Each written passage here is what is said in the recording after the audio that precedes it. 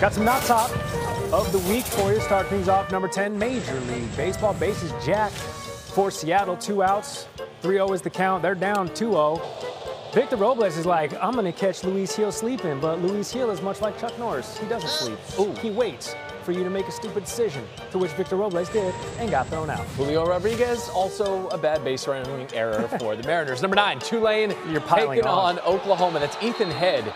He's your Green Wave kicker, and he almost takes the head off of a Sooner fan standing underneath the uprights. What about the urban planning going down there? Actually, Tulane is expanding. I've heard this. Yes. My buddy Macon says they're expanding to 4 lanes. Oh, wow. Yeah. Okay. It 4 lanes. frees up traffic a little bit. It does. That was the play that decided it all. But see, here's the thing. The Eagles generally have large talons, to which why Saquon couldn't secure that. Falcons got the rock back, went down, won the game. Eat your food, Tina. Don't you want your ham? Number 7, Brock Purdy and the Niners taking on the Vikings. Oh, where'd the ball go? Well, see, the ball slipped out.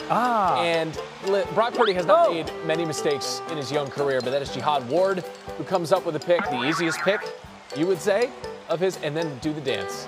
Feel the flow, circular. That's what we're calling it. Full dance. We're calling it a dance. Yes. To the collegiate ranks, this is UNLV versus Kansas. UNLV's Matthew Sluka. That is Sluka Doncic, the way he is putting that ball on the floor and creating havoc. I like that you're demonstrating it. That's how Randy dribbles. He does this. It's not. I don't dribble like Stanley from The Office. Eventually, the ball will be secured. Stanley, for obvious reasons. Number 5, PSG and Girona, and we got a play by the keeper, whose name I'm going to be careful with. What is it? Paulo Gazzaniga. We're going to go with that pronouncer. I don't care if it's wrong. Can we get the spelling? Well, it's N-I-G-A at the end, so Gazzaniga is how we're going with that. Florida State, you know you are down in a terrible way as a Seminole fan, player. When you got the punter on the other team. Is that the punter? The punter! Talking with his chest. He's getting chesty? Normally talks with his foot, but he was like, You see that punt? And then did you see the botching that happened at the other end? Will Levis, speaking of botching, I mean, at this point, Levis needs to become a verb. Okay. Like, hey, I was in a bad spot, so I just Levised it. Yeah, you're like, you made a bad thing worse? You'd be like, yeah, that's why you're bailing me out of jail right now. And then his head coach, Ryan Callahan, had some. Yeah. Now, Callahan makes a great brake pad, just needs to be more supportive on the sideline. Somebody get the keeper some support. First of all, why was he at midfield? Can we answer that question? But that's not the end of it. Because then he's like, I got a breakaway. All I have to do is just tap this one in.